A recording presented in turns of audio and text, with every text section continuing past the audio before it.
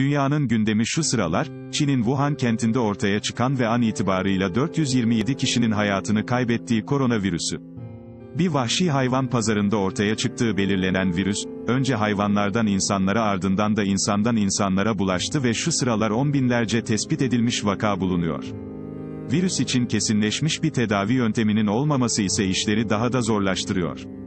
Çin, özellikle de son birkaç yıldır ekonomi konusunda önemli gelişmeler kaydetti. Dünya genelinde ticaret ağının önemli bir bölümünü elinde tutan Çin, şu sıralar koronavirüsüyle mücadele etmeye çalışıyor. Çalışmaların durduğu, yaşamın büyük çapta etkilediği ülkede yaşananlar, elbette diğer ülkeleri de hem yaşamsal konularda hem de ekonomi konusunda doğrudan etkiliyor. Şimdi ise İngiltere merkezli Financial Times, koronavirüs salgınının ülke ekonomilerini nasıl etkileyebileceğine dair bir rapor yayımladı.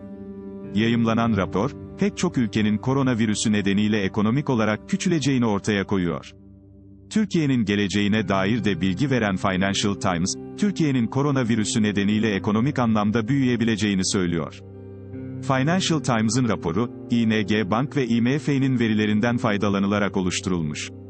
Rapora göre Türkiye, Çin'deki koronavirüsü nedeniyle ekonomisini %0.05 kadar büyütebilir. Böyle bir analizin yapılmasının altındaysa iki farklı neden yatıyor. Bu nedenlerden bir tanesi petrol fiyatlarının düşmesiyken, diğeri ise Çin'deki bazı fabrikalar ile aynı sektörler üzere çalışan ve ihracat yapan Türk şirketler. Financial Times'ın raporuna göre Çin'deki salgın en çok komşu ülkeleri etkileyecek. Rapora göre koronavirüsünün en çok etkileyeceği ülke Güney Kore. Virüs, Güney Kore'nin ekonomisini %0.35 oranında küçültecek. Hong Kong, Tayland ve Malezya'da Güney Kore'den sonra koronavirüsünden nasibini alan ülkeler olacak. Ülkemiz, geçtiğimiz yıl Çin'den 19.1 milyar dolar ithalat yaptı. İthal edilen ürünlerin büyük bir çoğunluğunu ise makine teçhizat ve elektronik ürünleri oluşturuyordu. Bu büyük ithalat karşılığındaysa Çin'e sadece 2.6 milyar dolar ihracat yapabildik. İhraç ettiğimiz ürünler mermer, krom ve borattı. Uzmanlara göre koronavirüs hem Çin'e yaptığımız ihracatı hem de Türk turizmini olumsuz olarak etkileyecek. Koronavirüsü, dünyada ilk kez gerçekleşen bir salgın değil.